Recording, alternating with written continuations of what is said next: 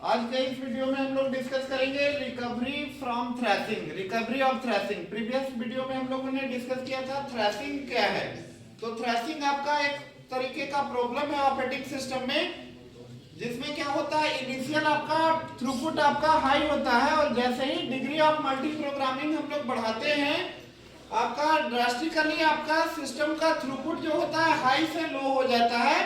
इस प्रॉब्लम को हम लोग बोलते हैं थ्रैशिंग। थ्रैशिंग का मेन दो कॉजेज बताए थे आपको। एक तो कि very high degree of multi programming, मतलब जैसे ही डिग्री ऑफ मल्टी प्रोग्रामिंग बढ़ेगा आपका पेज फॉल्ट रेशियो क्या होगा, बढ़ जाएगा।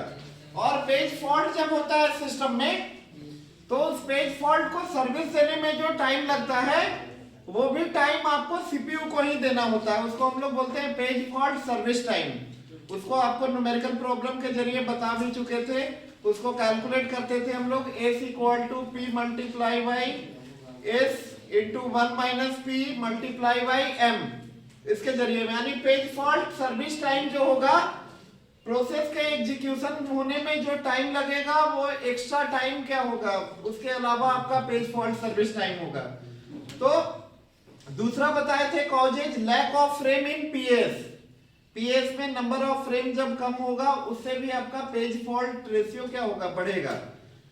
तो रिकवरी ऑफ थ्रैशिंग, तो पहला कारण बताए थे very high degree of multi programming. तो इसमें दो कंडीशन लिए हैं हम लोग। एक तो कि थ्रैशिंग का प्रॉब्लम थ्रैशिंग मोड में आपका इंटर ही नहीं करे आपका सिस्टम, तो उसके लिए आपको लॉन्ग टर्म शेड्यूलर को इंस्ट्रक्ट करना होगा कि देखिए, high degree of multi programming के लिए रिस्पॉन्सिबल कौन होता है, लॉन्ग टर्म शेड्यूलर। तो पहला स्टेप बताए हैं, do not allow the system to go into thrashing and instruct the long term scheduler not to bring the process into the memory. मतलब एक at point lambda, after point of lambda, long term scheduler को instruct करना होगा कि और process को new से ready state में नहीं भेजा जाए, जिससे हम लोग थ्रैशिंग से क्या कर सकते हैं, रिकवर कर सकते हैं।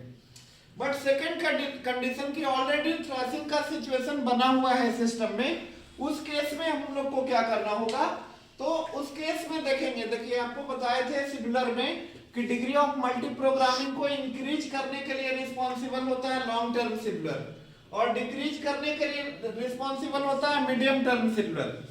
तो यदि सिस्टम आपका ऑलरेडी थ्रैशिंग का कंडीशन बना हुआ है सिस्टम में, तो मीडियम टर्म शेड्यूलर को इंस्ट्रक्ट किया जाएगा कि कुछ प्रोसेस को क्या किया जाए, सस्पेंड कर दिया जाए।